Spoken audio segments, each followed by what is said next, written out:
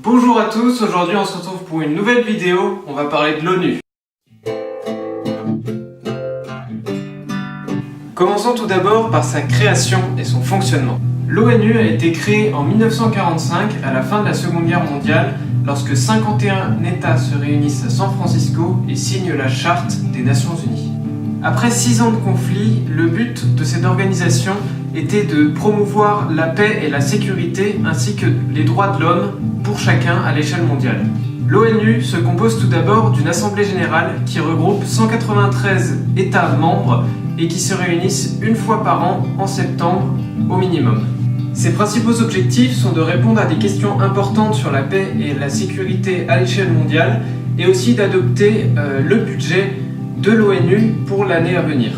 Ensuite, l'ONU dispose d'un conseil de sécurité qui est formé de 15 États membres, dont 5 permanents qui sont les vainqueurs de la Seconde Guerre mondiale, la Chine, les États-Unis, l'URSS devenue Russie, la France et le Royaume-Uni.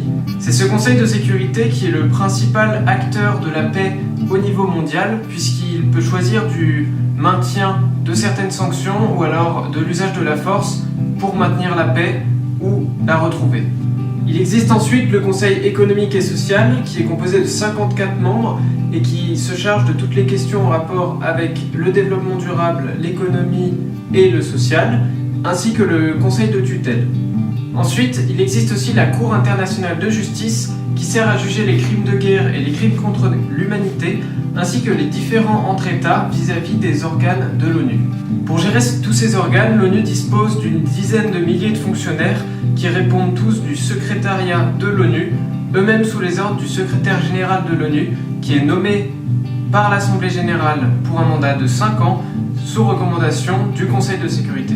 Après cette première partie un peu de présentation des différents organes, il faut quand même se rendre compte que l'organisation possède certaines limites. Deuxième partie. En effet, l'organisation que défendait Roosevelt à la fin de la Seconde Guerre mondiale, qui était basée vraiment sur le maintien de la paix au niveau international, ça marche pas trop en réalité aujourd'hui. Après 70 ans d'existence, même si l'organisation n'est pas parfaite sur tous les points, elle a quand même servi pour le moment à unir les points de vue des différents États sur certaines questions, par exemple les droits de l'homme ou la protection des minorités ou pour certains l'environnement. Mais pourtant, tous les objectifs ne sont pas atteints puisqu'on compte près de 200 conflits qui ont éclaté depuis la fin de la Seconde Guerre mondiale. Et donc ces différents conflits entraînent une méfiance entre les différents États et un véritable manque de confiance entre eux pour pouvoir agir en fonction des bonnes intentions de l'un et de l'autre. Une deuxième limite à évoquer, c'est le rapport de force entre la puissance démographique et la puissance à l'ONU. En effet, ce ne sont plus les pays qui ont le plus de population, qui ont le plus de pouvoir au sein de l'organisation. Certaines zones comme l'Inde ou l'Amérique du Sud sont sous-représentées, surtout au Conseil de sécurité. Et quand on parle du Conseil de sécurité, se pose le problème du droit de veto. Qu'est-ce que c'est ? Le droit de veto permet aux 5 membres permanents de stopper toute négociation sur une motion ou sur un acte qui est en train d'être délibéré.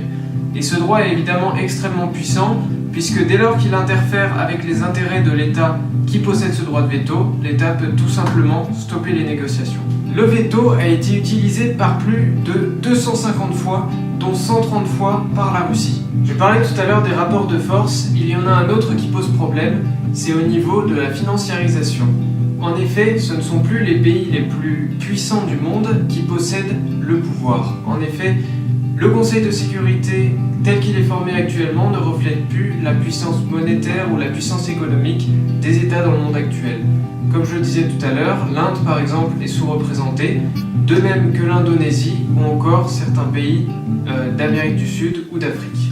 De même, certains pays comme l'Allemagne ou le Japon, perdants de la Seconde Guerre mondiale, réclament aujourd'hui un siège aux sécurités de l'ONU, siège permanent et ne peuvent pas l'obtenir parce qu'ils ont été bloqués dès 1945. Avec tout ça, il est temps de se pencher sur les réformes et le devenir de cette organisation.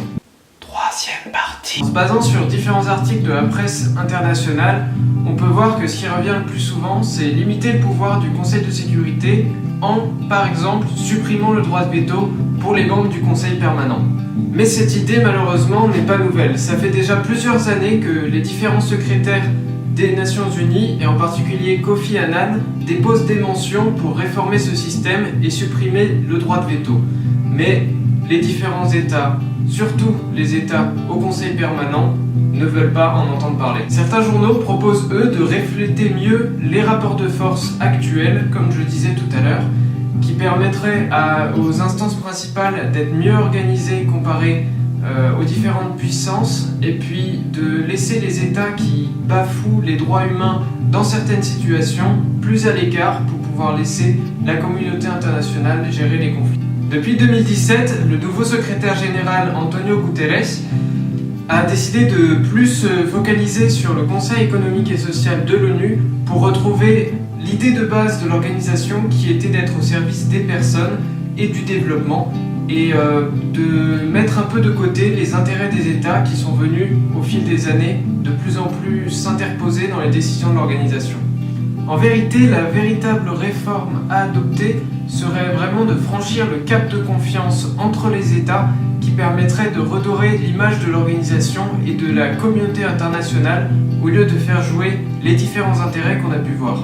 Selon Jean Ziegler, le vice-président du comité consultatif du Conseil des droits de l'homme de l'ONU, c'est un long titre ça, ce dernier pense qu'il faut une véritable insurrection des consciences individuelles pour une renaissance complète de l'ONU. C'est dans cette logique que j'ai voulu vous faire cette vidéo pour vous présenter les différentes limites de cette organisation et les différentes réformes qui sont en cours ou qui peuvent arriver à notre pensée pour essayer d'éveiller les consciences et de résoudre ce problème majeur. Du coup, j'espère que cette vidéo vous a plu. Si c'est le cas, vous connaissez, n'hésitez pas à la partager, ça me ferait toujours plaisir et moi je vous dis à la prochaine. Salut!